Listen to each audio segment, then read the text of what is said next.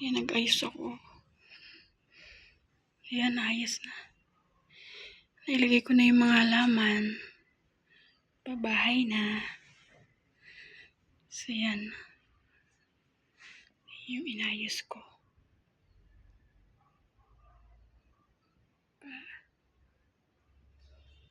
Lagyan ko yan kasi namatay. Yan o. Tinaniman ko ulit. Pinutubo ko muna. Payat kasi pagka tinalian, namamayat sila. So, kailangan malaya lang. So, yan. So, malinis na. Ayan na guys, yung mga halaman na tinanim ko nung unang blinag ko. So, yan na. Yan, so malinis na. Kasi bukas darating na yung nakatira dito. So, yan. O, diba? Yan pa guys. Meron pa ako dun sa taas. Tingnan nyo. Sa taas. Akyat tayo. Yan, may dinisign ako ditong 4. Ayan, yun yung tinanim ko na. Yun o. Nakapaglinis na ako.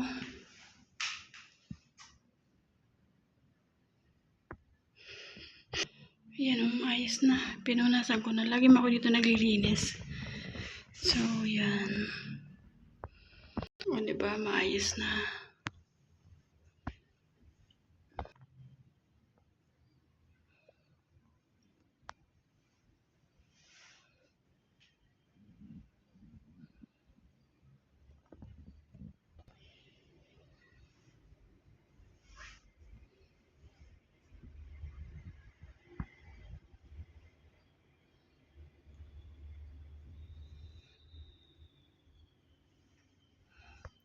Hindi ko abot doon eh.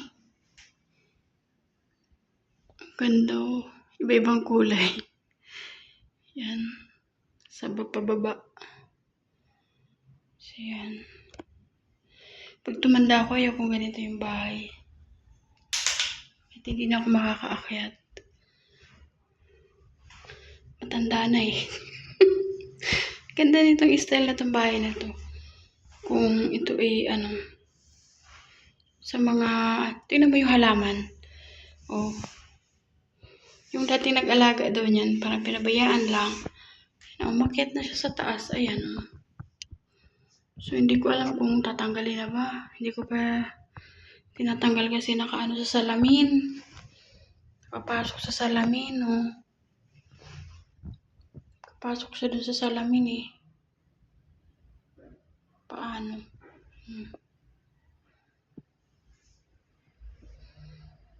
Ganda. Hindi ko yan maakyat. Ililinisin ko sana, eh. Kailangan siguro yung hagdanan na na inaayos ko na. 2 araw lang nalinis. Kasi lagi naman ako dito naglilinis. Siyempre. Diba, bahay na. Ganda guys. Bahay na siya. Ito na yung pinaghirapan ko.